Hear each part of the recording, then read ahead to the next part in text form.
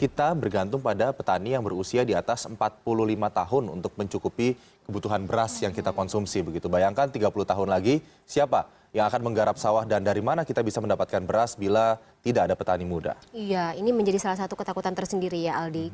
Karena kini Indonesia bisa dikatakan menuju masa darurat regenerasi petani.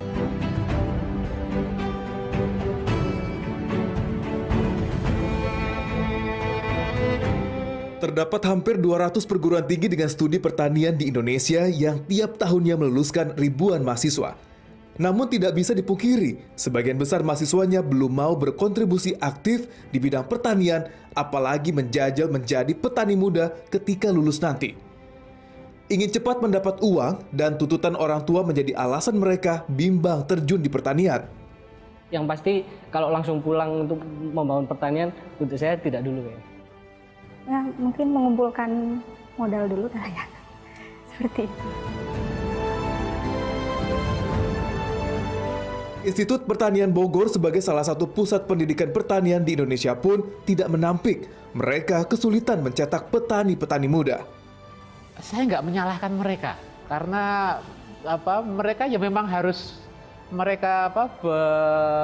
belajar memang untuk memperbaiki nasib yang lebih baik begitu kan ya, dan kebetulan memang dengan wirausaha tani yang memang on farm gitu memang tidak menjanjikan itu, jadi ya tidak salah juga gitu. Tetapi kemudian yang menjadi penting adalah paling hanya sebagian aja dari mereka ya yang masuk mau terjun untuk di ini.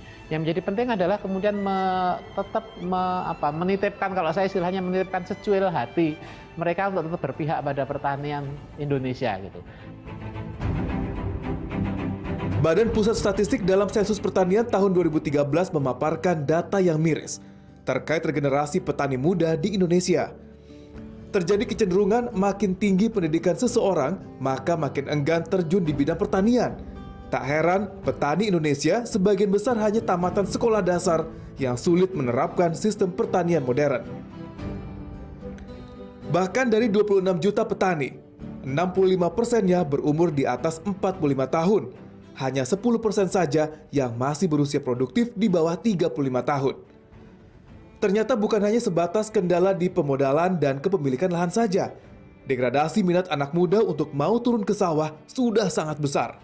Ini terbukti hanya 30% anak muda dari keluarga petani yang mau terjun ke sawah meneruskan usaha turun-temurun keluarganya. Kecilnya ketertarikan ini diamini seorang pemilik tanah di Indramayu, Jawa Barat. Anak-anaknya tidak ada yang berminat jadi petani. Menurut saya pribadi, saya memberikan kebebasan kepada anak-anak. Apakah dia mau jadi petani, mangga. Dia tidak jadi petani, saya tidak memaksa. Kalau dulu saya masih ada, katakanlah, intervensi lah dari orang tua. Harus jadi petani juga. Harus jadi petani saya itu.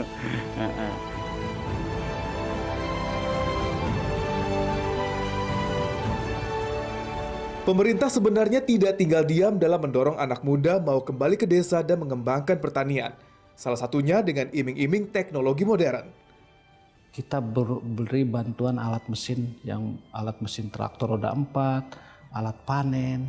Nah itu kita lakukan namanya brigade asid. Itu kita harapkan anak-anak muda. Namun sayangnya, jurus ini belum bisa mendongkrak minat anak muda mau jadi petani. Bahkan dikhawatirkan jumlah petani muda semakin menurun.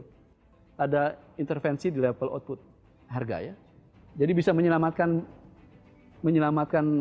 sektor pertanian lebih luas. Soal lahannya terjaga, mungkin minat anak muda balik ke sektor pertanian menjadi lebih tinggi. Dan kita tidak perlu khawatir akan krisis petani yang hari ini sudah kita alami sebenarnya.